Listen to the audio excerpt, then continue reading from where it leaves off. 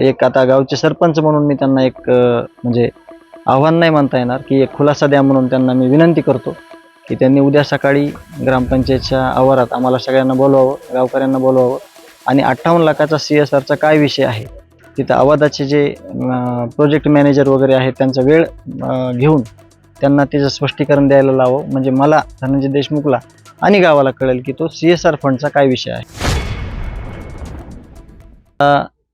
निकाल पण लागला आहे, ते सरपंच पण झालेत. आता माझ्या मनात तर कुठला मतभेद नाही, परंतु एक आता गावचे सरपंच म्हणून मी त्यांना एक म्हणजे आव्हान नाही म्हणता येणार की एक खुलासा द्या म्हणून त्यांना मी विनंती करतो की त्यांनी उद्या सकाळी ग्रामपंचायतच्या आवारात आम्हाला सगळ्यांना बोलवावं, गावकऱ्यांना बोलवावं आणि 58 लाखाचा CSRचा काय विषय आहे, तिथं आवादाचे जे प्रोजेक्ट मॅनेजर वगैरे आहेत त्यांचा वेळ घेऊन त्यांना त्याचं स्पष्टीकरण द्यायला लावावं. म्हणजे मला, धनंजय देशमुखला आणि गावाला कळेल की तो CSR फंडचा काय विषय आहे. मात्र त्यांनी आरोप करत असताना तो खर्च केला, एकाच अकाउंटवरती केला असा देखील म्हणलं होतं. हा, मग ते स्पष्टीकरण आवादाचे अधिकारी देतील. आवादाचे अधिकारी हे कागदोपत्री देतील. म्हणून तेच मी म्हणतो की त्यांनी, म्हणजे मलाही कळेल, कारण माझ्यावर पण मी ब्लेम घेऊन राहू शकत नाही.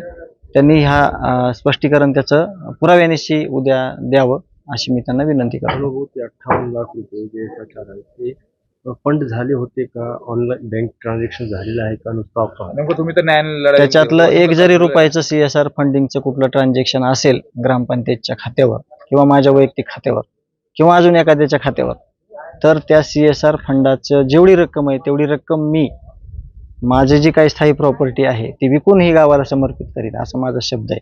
तुम्ही न्यायालयीन लढाईमध्ये होते आणि त्या कालावधीमध्ये कुणी दुसऱ्यांनी तशा पद्धतीने काही प्रकार केला? हा, तेच म्हणूनच मी त्यांना आवाहन केलंय की तो 58 लाखाचा CSR फंड काही डुप्लिकेट सह्या करून किंवा काही डुप्लिकेट फंडा करून या गावाच्या नावाखाली कोणी काही केलंय का, एखाद्या राजकीय व्यक्तीनं किंवा त्यांनी, हेच आपल्या सगळ्यांना कळण्यासाठी मी त्यांना तसं करण्याची विनंती करतोय. मात्र त्याचवर तर खूप मोठ्या सगळ्या गोष्टीचा परिणाम झालाय, परंतु माझं सगळ्यात जे नुकसान झालेलं आहे, माझा भाऊ झाला, त्याच्यामुळे मला ह्या गोष्टीवर स्पष्टीकरण देणं म्हणजे नको वाटतंय की मी गाडीचा काच खाली करत नाही, मी खूप मोठा झालो, कुटुंबाला खूप पैसे मिळाले, असा देखील आरोप केला होता की जे समाजानं दिलेले पैसे कुटुंबाला ते धनंजय देशमुख आता इलेक्शनमध्ये सगळे खर्च करून टाकतील. त्याचं सुद्धा स्पष्टीकरण तुम्ही येणाऱ्या काळात किंवा मी आत्ता देतो की 1 रुपया सुद्धा समाजानं दिलेला कुटुंबाव्यतिरिक्त, त्या कुटुंबामध्ये माझ्या वहिनी, आई, वडील आणि माझे पुतणे जे वैभवी आणि विराज, त्याच्या व्यतिरिक्त 1 रुपया सुद्धा कुठं वेस्टेज नाही किंवा 1 रुपया सुद्धा कुणाच्या दुसऱ्याच्या अकाउंटला वर्ग केलेला नाही, किंवा जे आम्ही न्यायालयीन लढा फिरतो त्या लढ्यात देखील त्याचा कुठं आम्ही वापर केलेला नाही. जे आपली रोजीरोटी करण्याचं साधन आहे, त्या साधनातून आपण, शेतीतून आपण ह्या सगळ्या गोष्टी करतोय, म्हणून ते सुद्धा एक आरोप होता. परंतु ह्या सगळ्या गोष्टीला काही तथ्यहीन गोष्टी आहेत. आपण तो CSRचा जो विषय आहे तो सगळा क्लिअरिफिकेशन दिलं तर सगळ्यांना कळेल. आणि तो सिद्ध होणे किंवा तो कशा प्रकारे झाला आहे हेच मी म्हणजे बघण्यासाठी त्यांना ते आव्हान केलेलं आहे. आवादाचे पण एक आहे की आवादाचे अधिकारी तिथं असले पाहिजेत. मी किंवा गाव जरी आलं तरी आम्ही फक्त कोरडं बोलू. आवादाचे अधिकारी सगळं रीतसर या गोष्टी गावकऱ्यांना समजून सांगतील, किंवा तुमच्या मीडियाच्या माध्यमातून तुम्ही आवादाच्या अधिकाऱ्यांना सुद्धा जर भेटलात, तुम्हाला मी संपर्क क्रमांक देईल, त्यांचे माझ्याकडे आहेत, तर त्यांना सुद्धा तुम्ही विचारू शकता गावाला विचारण्यापेक्षा, आणि ते सुद्धा तुम्ही सुद्धा ते क्लिअर करू शकता. मात्र या निवडणुकीच्या सगळ्या प्रक्रियेमध्ये एक अर्थकारण देखील झाल्याचा आरोप मतदारांना पैसे दिल्याचा देखील आरोप. काय मी याच्यावर काय बोलणार नाही. लोकशाहीमध्ये किंवा या निवडणुकीमध्ये साम दाम दंड भेद या गोष्टीचा वापर कोणी करावा किंवा कोणी नाही करावा हे मी काय सांगू शकत नाही, परंतु याच्यावर बोलणं हे म्हणजे गैर आहे, त्या गोष्टी बोलण्याचा नाही आहे. विषय हाच आहे की निवडणूक झाली, एकाचा पराभव झाला, एकाचा विजय झाला, येणाऱ्या वेळेत चांगलं काम व्हावं अशी फक्त अपेक्षा करू शकतो. बाकीचा विषय हा संपलेला आहे. एक आता गावचे सरपंच म्हणून मी त्यांना एक म्हणजे आव्हान नाही म्हणता येणार की एक खुलासा द्या म्हणून त्यांना मी विनंती करतो की त्यांनी उद्या सकाळी ग्रामपंचायतच्या आवारात आम्हाला सगळ्यांना बोलवावं, गावकऱ्यांना बोलवावं आणि 58 लाखाचा CSRचा काय विषय आहे, तिथं आवादाचे जे प्रोजेक्ट मॅनेजर वगैरे आहेत त्यांचा वेळ घेऊन त्यांना त्याचं स्पष्टीकरण द्यायला लावावं. म्हणजे मला, धनंजय देशमुखला आणि गावाला कळेल की तो CSR फंडचा काय विषय आहे.